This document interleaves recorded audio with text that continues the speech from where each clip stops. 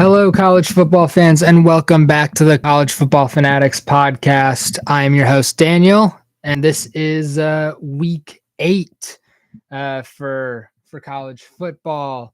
We had a pretty big shakeup in the top 25 this past week. We had a couple of teams drop. We had a bunch of teams move up, and we had some pretty surprising games. And I want to go over the two most surprising games that I think we had in this past college football week, and that was Penn State and Michigan. So Penn State and Michigan is one of the games, and then the other game is Alabama and Tennessee, um, both of which were pretty awesome to watch for completely different reasons. So I'll start with Penn State and Michigan. So Penn State came into the week ranked at number 10, and Michigan came in ranked number 4. The um, the spread was, I believe, 7. So Michigan was pretty much up by solely a touchdown, um, which was pretty interesting to see. And it was a really awesome game because Michigan just did 99% of their things completely right. There was a couple of plays where one play where their defense wasn't um, ready for Sean Clifford to run the ball 65 yards. Um, and he ended up doing just that. And they scored a touchdown off of that drive. And then there was one play where JJ McCarthy just threw a bad pass and it had an unlucky bounce on somebody's helmet. It popped up and the Nittany Lions just got it and ran for a pick six with that pass. But barring those two plays, Michigan was just an unstoppable force in this game. I mean, their running game was completely phenomenal. The Nittany Lions came in with one of the best running defenses in college football in the past 7 weeks, and they just looked completely lost when they were facing Michigan's running game. I mean, Blake Corum and Donovan Edwards ran all over the Nittany Lions defense. Part of it, I think, was that Penn State's defense was exhausted by like the end of the second quarter. They had barely gotten off the field, and the second half was even worse than the first. But it looked like the linebackers and the secondaries were just standing still next to Corum and Edwards. I mean, it just really looked phenomenal. This is a game that I think if Blake Corum is a top runner for the Heisman, I think this will be the first game in which the the committee that chooses the Heisman winner will look at and be like, this was Blake Corum at his absolute best. He didn't run for 3 miles, but he ran for 100 and let's see, he ran for something like 160 some yards, 166 yards. And he was just the workhorse of that Michigan offense. Donovan Edwards only had a few more yards at 179 or 173. But Blake Corum, when you needed when it was 3rd and 4 and you needed 5 yards, Blake Corum was there to give you that 5 yards, and that was really important for this Michigan offense. That answered one of the questions that I had going into this week, which was, can Michigan's running offense beat a good running defense? Because we hadn't really seen Michigan go up against a really good running defense until now, and Michigan just made them kind of look a little silly, all over the field there. JJ McCarthy didn't have his best game. He only threw for 145 yards on 17 completions with 24 attempts. And he did have an interception. He didn't have any touchdowns, but when you have a rushing attack that's getting you 400 yards in a game, you really don't need to throw the ball all that much. That's just one of the perks of having a phenomenal rushing attack.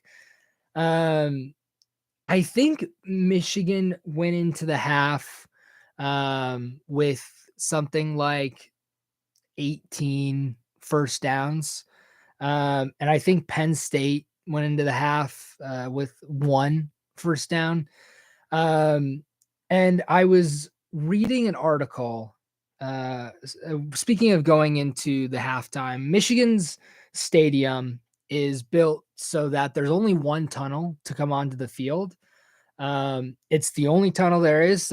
So both teams are going into the locker rooms at the same time, and they're also coming out of the locker rooms at the same time. And this was I think, a major factor in last year's Ohio State game, where there was videos circulating of Michigan and Ohio State jawing back at each other while they were coming out of their respective locker rooms. And then Michigan came out to absolutely blast Ohio State in that second half, and it looked very similar to what went on here, because there were also videos circulating after this win of the Nittany Lions and the Wolverines both coming out at half, and they were jawing back at each other. I couldn't hear what they were saying in the videos, but as we know, these are college kids. They're probably not saying the most respectful things to each other. So it was really interesting to see Michigan come out and score. It was 25 points during the second half, and Penn State only scored 3 off of a field goal. So going into the half, you have a 14-16 game, and if you stopped the game right there and turned off the TV and didn't watch anymore, you would think, oh wow, the ending score was probably pretty close. It was probably somewhere like 32 to like 30 or something like that, or something ridiculous, where it was really close. Like 32 to 28 or something like that. But it wasn't even close to that. With the ending score being 41-17, it was an absolute blowout in the second half. So both teams were fairly clean in their penalties. Michigan had more penalties, but they only had 6 more yards in penalty yards. So the penalties didn't make that much of a difference, although there were questionable flags thrown. There were times where I was like, how is the ref getting this? Or is the ref completely blind? And that's in just about every football game. It's not just this one. It's in every football game ever played. There's never been a game where where fans or a player has come out and said, oh, that game was 100% called correctly. There's always going to be a call that's missed, or there's always going to be a call that somebody disagrees with. This was a time where I think both teams kind of got the raw end of the stick on this. There were times where, Michigan got penalties called against them that I didn't really think they deserved. There were times where Penn State got penalties called against them that they didn't deserve. So all in all, I think it was fairly well regulated, but there were some issues that I had with it. But the one thing that I think really shows the disparity between the two teams is the time of possession. Michigan had 41 minutes and 56 seconds in time of possession, opposed to Penn State's 18 minutes and 4 seconds, which is which is obviously a pretty drastic difference in how the teams are being and how much the teams had. I mean, Michigan's defensive line looked phenomenal. Mike Morris and I think it's Taylor Upshaw. I could be wrong about that first name, but Upshaw is definitely his last name. Really stopped Michigan's or Penn State's running attack in its heels. I mean, one of the worries that I also had coming into this game was, could Michigan's defense stop a good running attack, which Penn State has an effective running attack based on their previous six games, previous 5 games, and it was interesting to see. It was interesting to see Michigan be really, really strong up front. I heard, I think I heard Josh Pate. It was either Josh Pate or Joe Klatt say that they thought that this year's defensive line was better than last year's overall. And while I think it's slightly worse, I can understand where Josh Pate, I think it's Joel Klatt actually said it. I think I can understand where Joel Klatt is coming, where he thinks, you really didn't hear a ton about defensive tackles last year. It was all about the defensive ends with Aiden Hutchinson and David Ajabo. But I still think that their combined 25 sacks makes up for what they might have missed on the interior. And I don't agree that last year's offensive line is worse than this year's offensive line. I can see an argument for maybe it being the same. Their strong suits are just in different areas, but I definitely do not agree with the idea that it's better than last year's. The other thing I wanted to talk about is over the off season, Mike Sanderstill, who was a wide receiver for Michigan, switched sides of the ball. He pulled a kind of Charles Woodson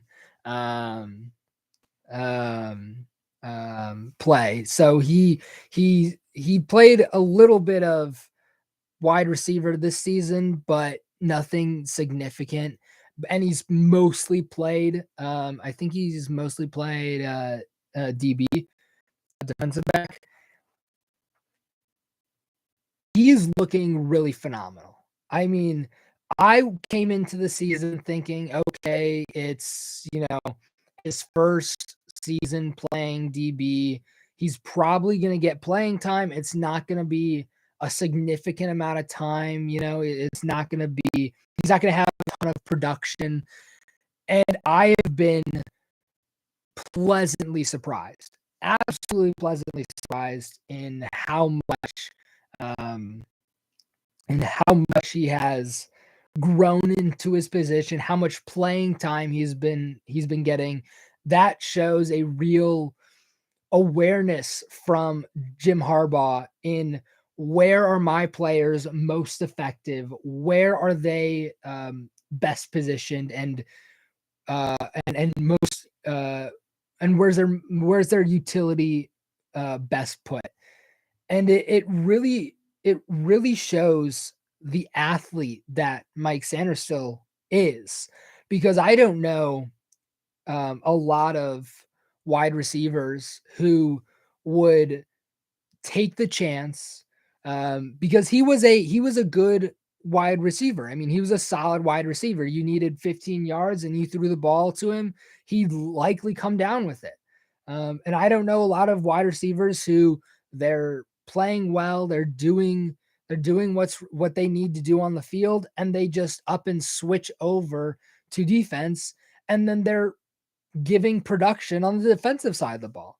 I mean, that shows a absolute maturity and skill that um, that Mike Sanders still has, and it's really showing. And I think by the time Michigan plays Ohio State, it'll be really interesting to see the player that he's developed into. And it's just like with JJ McCarthy. He's going to develop, I'm excited to see what those two players develop into. Um, Junior Colson is proving to be a real leader on the defensive side of the ball at linebacker. Um, that's pretty much all I have to say about it. He really is looking good. He's helping stop the run up top. Um, the cornerbacks and the safeties are doing their jobs in covering receivers and making sure receivers aren't wide open. This is a team that I think has a lot of speed. In my opinion, it's Michigan's fastest team that they've had in 20 years. So it'll be interesting to see how this speed stacks up against the Ohio State speed, um, with their wide receiver core and with Travion Henderson and all of their guys. So it'll be really interesting. Um, I don't think we've seen. Um, I don't think that this is the peak of what Michigan can do.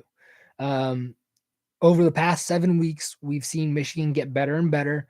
And once they started playing conference opponents where the challenge was a little more, they've started to really show up.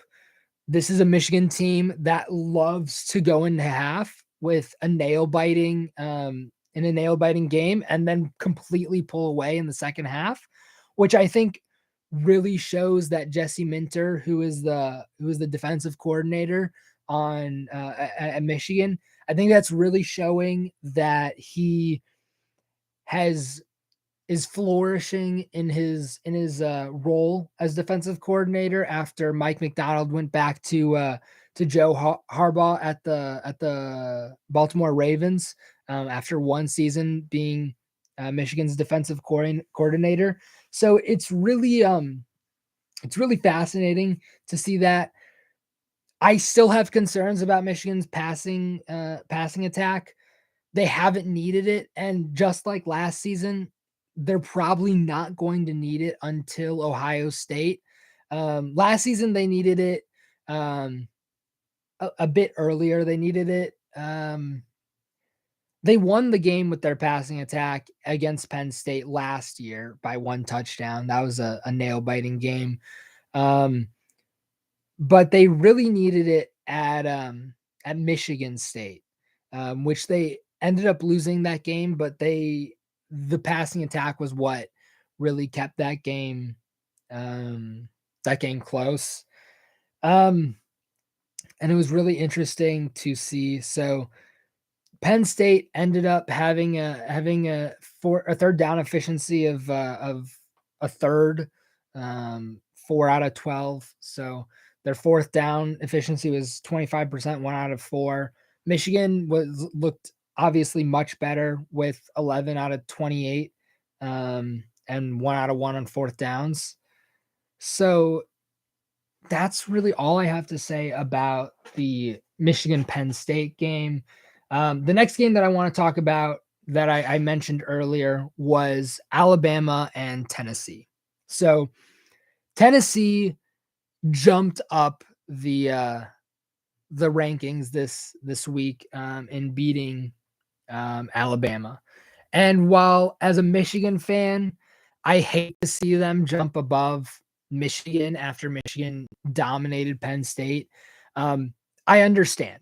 As a neutral observer, I understand why they got um, number 3 and Michigan didn't. Um, they beat number 2, or sorry, they beat number 3, so they deserve to get number 3. This was a full blown. This was a full blown offensive game. I mean, when you have a 52-49 game, it's like there was almost no defense in that game. Um, you know, there's over 100 points scored in this game alone, so there's over 1,000 yards for both teams combined. So it was really interesting to see Tennessee win on a field goal. Um, I was looking at some of the stats from this game, and one of the stats that really surprised me, that I shouldn't say surprised me, that really stood out to me, um, that I had seen in several other Alabama games, was that Alabama had 130 yards in penalties. 130 yards, as opposed to Tennessee's 39 yards.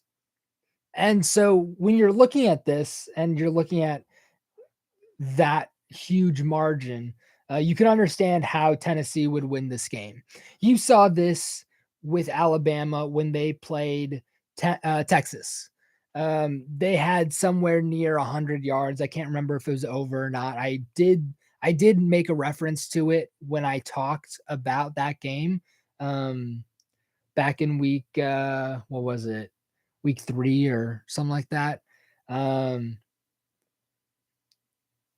When you have 17 penalties for 130 yards, you're never going to win a game.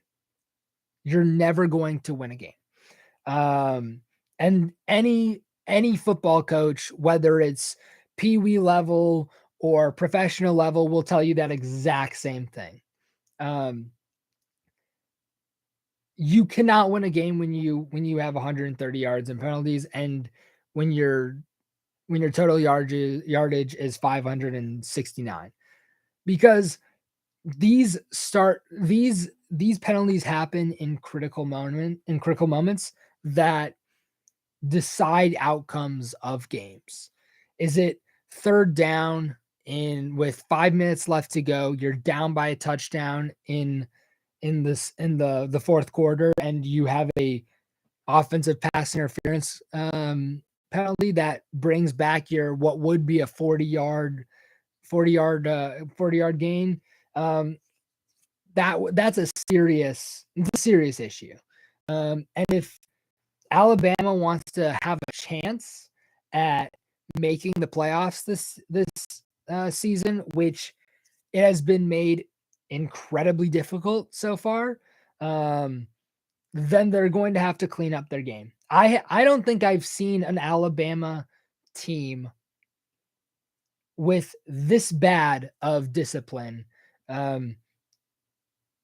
In I don't think I've seen an Alabama team with this bad of discipline since Saban's been there. And that's saying something. He's been there for like 12 years now or something like that. I think he came over in like 2012 or 2010. I can't remember the year, but he's been there a long time, and it's led to an Alabama dynasty. And after this game, I was talking to a buddy of mine on the phone, and we got into a discussion about Nick Saban, and is this the end of the domination that is Alabama? And he asked me that question, and initially my reaction was no, it's not. Because we've seen Alabama teams rise and fall, and we've seen them win and lose games before. But as I thought more about it, we really haven't seen that. Since Saban's been there, it's been mostly a dominated. Alabama's mostly dominated the college football playoffs. I mean, last year was one of the first times an SEC team beat Alabama since they've had Saban.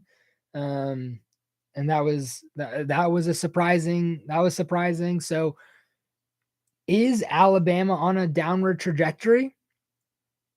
Maybe, maybe. And as much as I hate to say it, I also love to say it.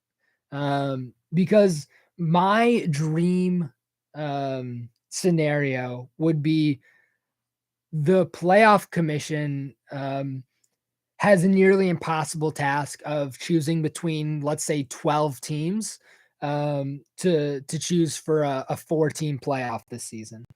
I would love to see Alabama not make the playoffs. I would love to see it. Because we've just seen Alabama win too much. So it'll be really interesting to see how Alabama finishes the final weeks here against the rest of their opponents. So I want to talk about some of the teams who jumped up in the rankings and some of the teams who really dropped. So we already talked about Alabama and Tennessee. They dropped. Michigan went up by 1. Penn State dropped by 6. Understandable. USC dropped by 5. Also understandable. They lost. North Carolina State and Mississippi State both dropped by 8 in the rankings. So they're likely to, by the end of the season, probably not be ranked at all. North Carolina went up to 22. Cincinnati stayed the same. Kansas State stayed the same. Illinois went up by 6. So it'll be interesting to see Michigan play Illinois later on this season. Or I think Ohio State actually plays Illinois if I'm not incorrect this week. So it'll be really interesting to see how teams that we are looking at here look throughout the next few weeks. That shake up in the top 10, in the top 5 really is really interesting. It, from what I've seen, the odds have Clemson making the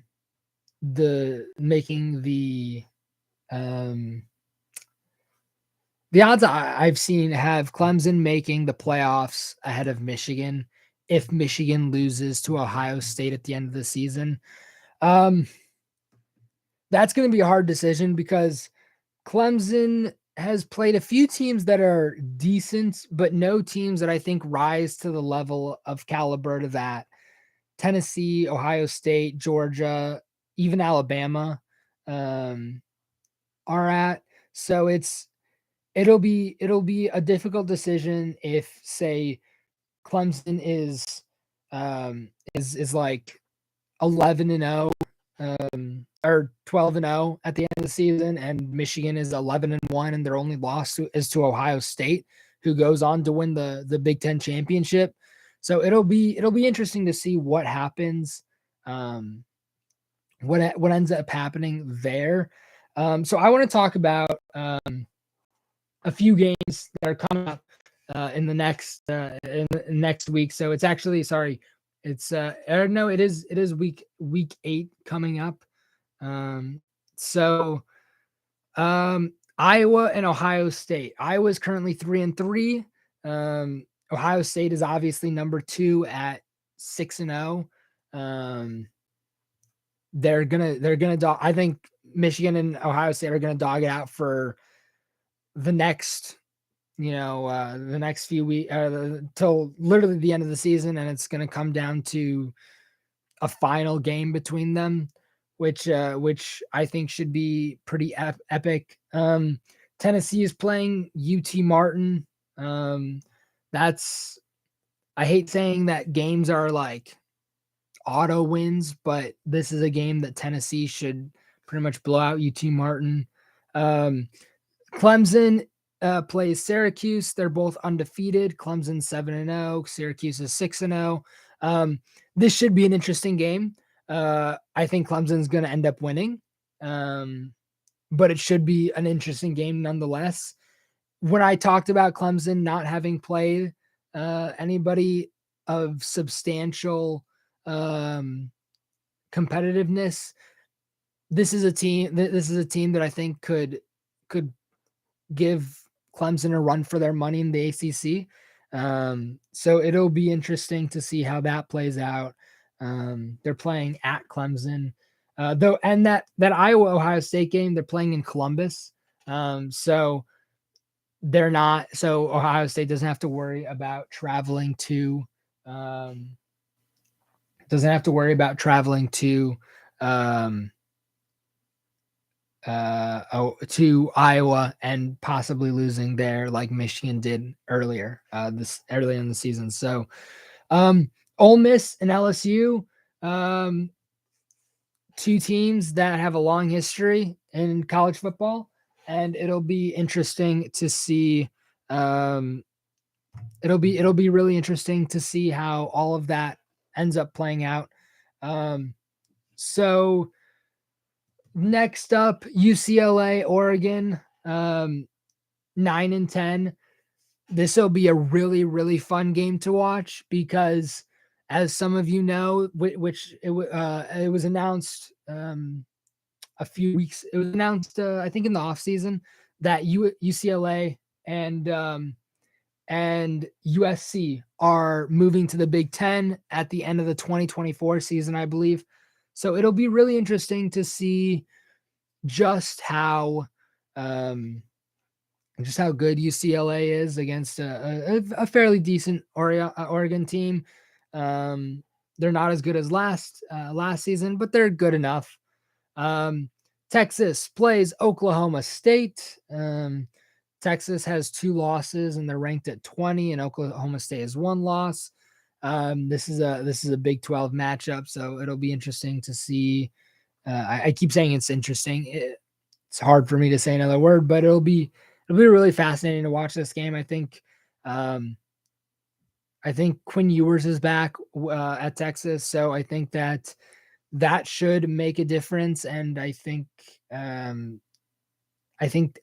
actually I actually think that Texas is likely to win this game. Although Oklahoma, it would not surprise me if Oklahoma State won.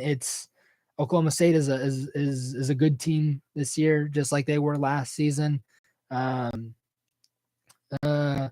Boston College and Wake Forest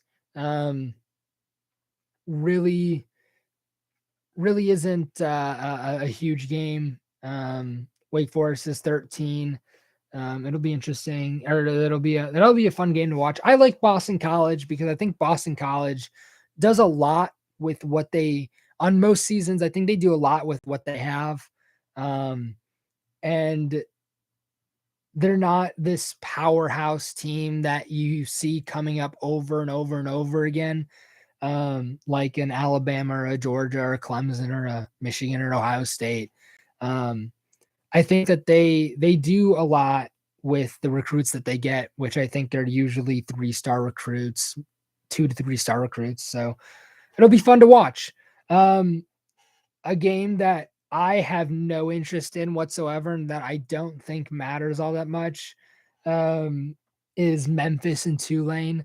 I think I had a family member go to Tulane. No, it was Bowling Green that they went to. It wasn't Tulane. I think I knew somebody who went to Tulane, and this is a matchup that if you have nothing else to watch at 3:30 on a Saturday, go ahead and watch it because should turn out to be a fun game to watch. So Mississippi State and Alabama. Alabama, I think, is gonna crush Mississippi State, but Alabama has struggled with teams they just lost. So I think it's important to see how Alabama comes back from that loss. Are they going to come back completely deflated and not knowing what to do and completely out of it, or are they going to come back with a fury like Michigan did, or uh like how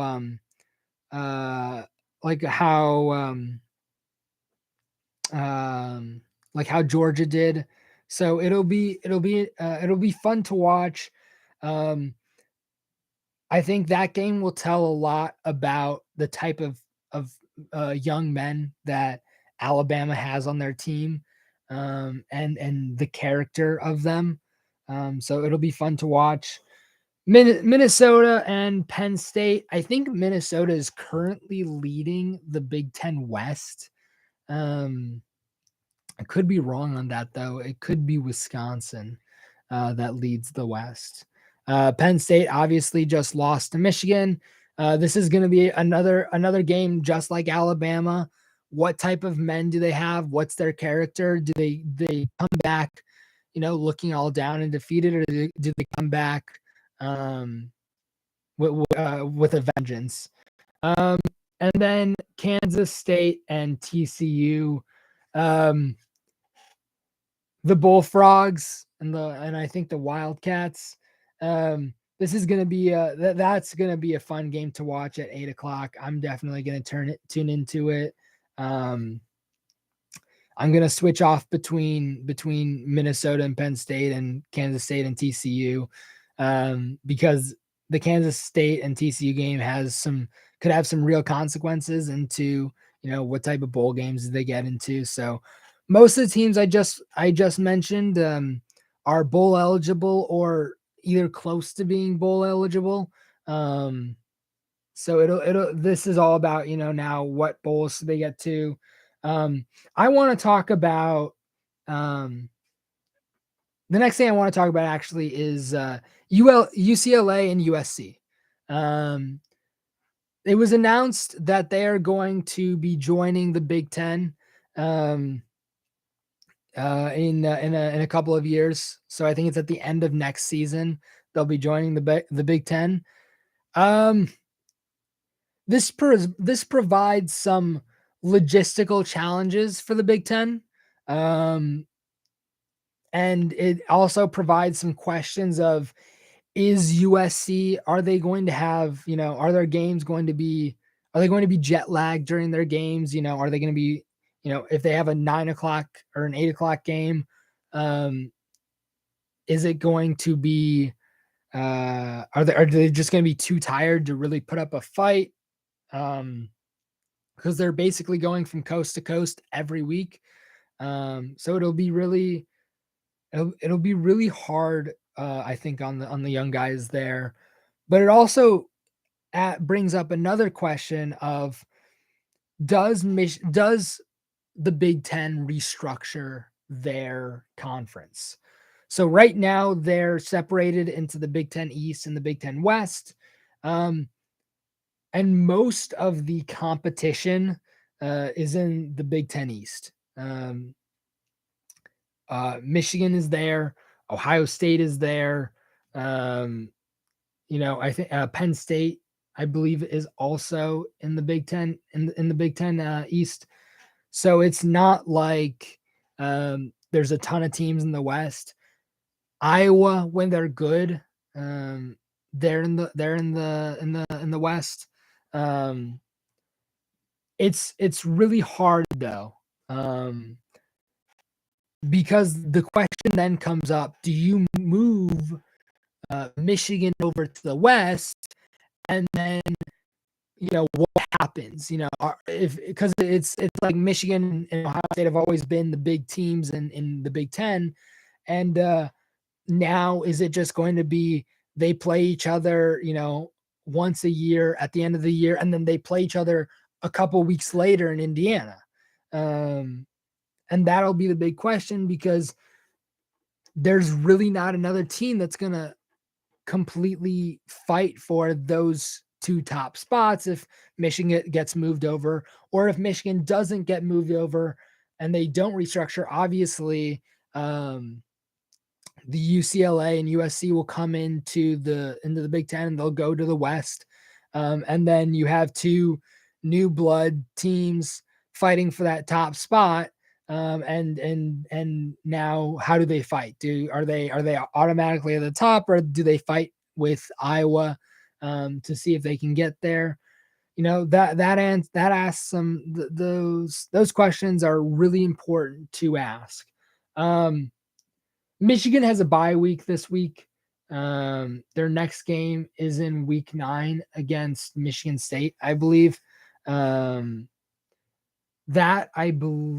one is let's see. So, yeah, so it's Michigan State. It's a night game at 7:30. That's going to be a blew out game for Michigan at Michigan Stadium. There's obviously going to be 110,000 people there, with Michigan having the biggest stadium in college, or in North America. And I think they have the third largest internationally. So that'll be fun to watch. Ohio State and Penn State play in week 9 as well.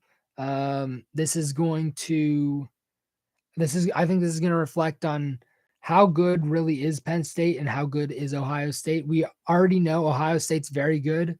The question just is how good, and depending on how good they are, is Michigan able to compete?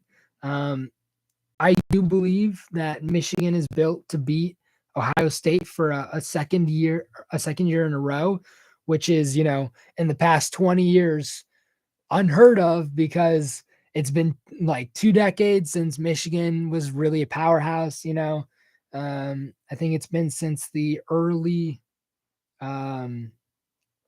Lloyd era that I think Michigan was the last time Michigan was a powerhouse. The last time they won a national title was 97 with Charles Woodson, I believe. So it'll be a lot of fun to see that. I think Penn State is currently favored, or Ohio State's currently favored, and I think Michigan is favored over Michigan State by like 10.5 points. So this is a really fun time for college football, because I think it's shifting from an era where there was one team that dominated to now you're having 5 teams dominate. And this is coming at the perfect opportunity, where, in a couple of years, there's gonna be a 12-team playoff. And if there's 6 teams that are all similarly um,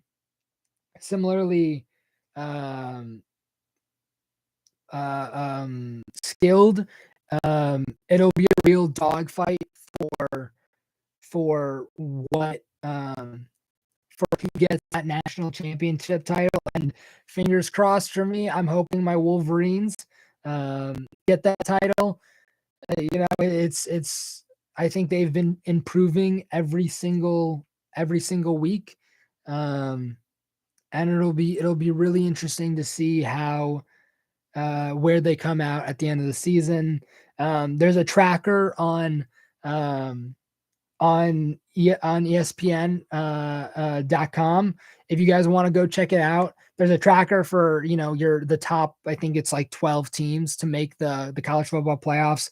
What has to happen for them to make it? I've played around a little bit with it. I've seen, if Ohio State loses one game, do they make the playoffs? And I think it's like 50% that they make the playoffs, 50% that they don't.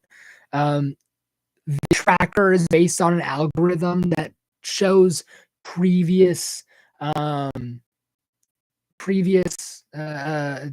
that the committee has voted on similar things.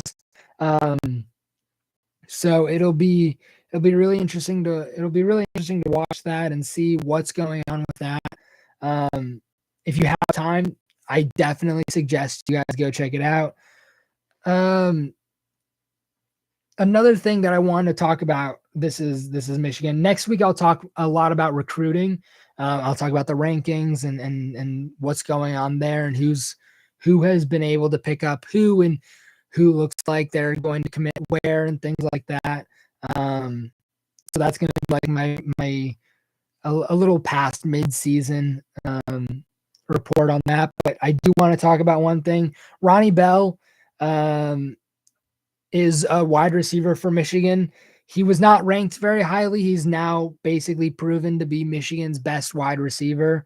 He has, I think, something like 400 or 500 yards on the season. His younger brother just committed to Michigan, so I thought I'd throw that out there as a little preview to next week. We'll talk about all of the Big Ten teams and their recruiting. We'll talk about the SEC and their recruiting. So it might take 1 to 2 weeks for me to get through the major teams in recruiting, because I of course also have to talk about I also have to talk about the games that were played, because that's what you guys tune in for. You guys want to hear me talk about the games and have my take on them. So it'll be really interesting to see that. I also we don't talk almost at all about other sports on this podcast, but I do want to say I watch Formula One, and a couple of weeks ago, Max Verstappen, who is a driver for Red Bull, won his second world championship. So a big congratulations to him. That's a big deal in that sport. Um, he's a great driver and likely will win another world championship next year, but that's for next year to see. So it'll be really interesting to watch that.